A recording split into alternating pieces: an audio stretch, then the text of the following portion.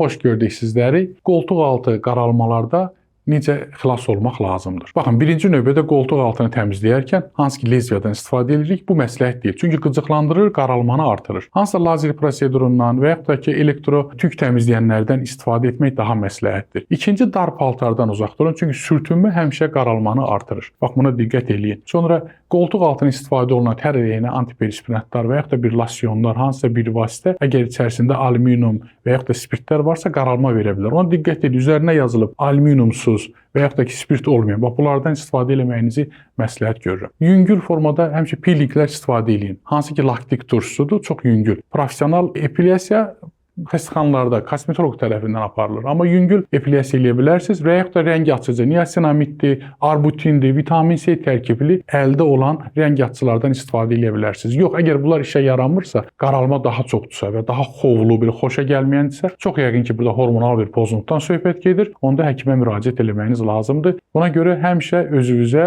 diqqət edin, sağlamlığınızı qoruyun. Sağ olun.